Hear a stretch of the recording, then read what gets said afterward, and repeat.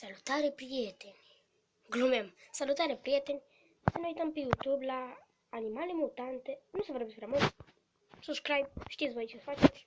Salutare, prieteni! Știu că v-a plăcut la nebunie seria cu animale mutante de la Cernobâl, așa că am decis să vă mai fac o surpriză, dar de data aceasta vă prezint câteva animale cu două capete. Ce spuneți de aceasta? Nu v-ați așteptat, nu? Da, se pare că există și animale cu două capete și absolut toate animalele din videoclipul de astăzi sunt reale, adică nu sunt făcute prin Photoshop sau ceva de genul. Și nici măcar nu sunt experimente de laborator, sunt creaturi născute prin metodă naturală. Așa că chiar acum vom privi câteva dintre cele mai ciudate animale cu două capete.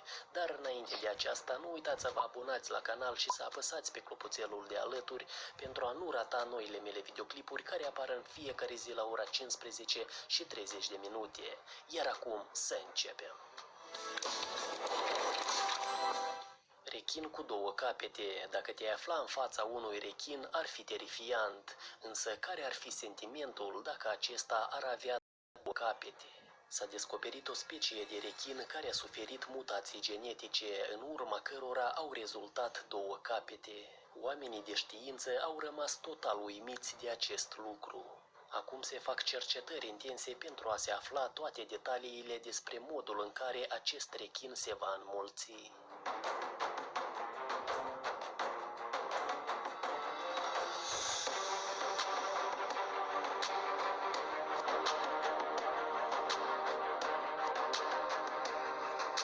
Broscuță cu două capete, vizitatorii unei grădini zoologice din America au avut parte de o surpriză pe cinste. Aceștia au avut ocazia să vadă o broască țestoasă cu două capete. Femela este sănătoasă, înnoată și se mișcă normal. Animalul a primit două nume, unul pentru fiecare cap, și anume Thelma și Louise.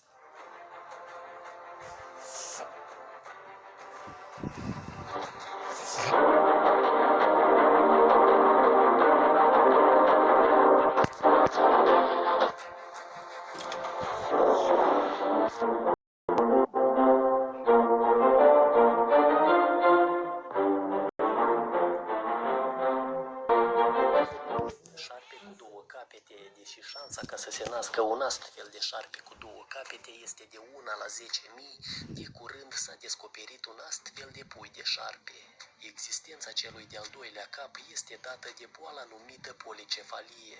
Ce este curios este faptul că cele două capete se mișcă independent.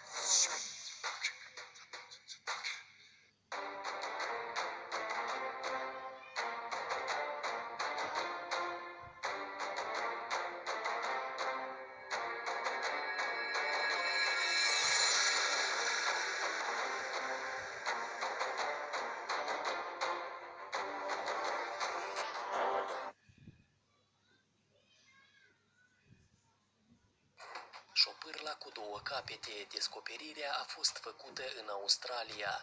Ea are cele două limbi de culoare albastră, fiind considerată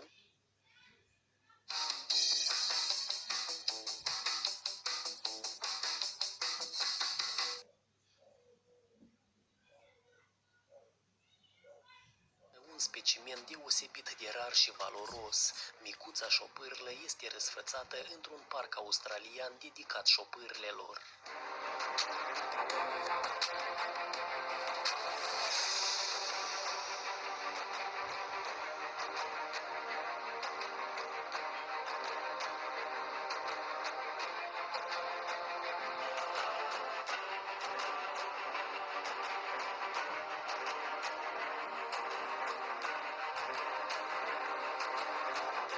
Pisică cu două capete, descoperirea a fost făcută în Australia în timpul nașterii. Deși puiul de pisică este sănătos, el poate mânca doar cu partea stângă. Acesta nu este singurul caz de pisică cu două capete, în lume mai există și altele.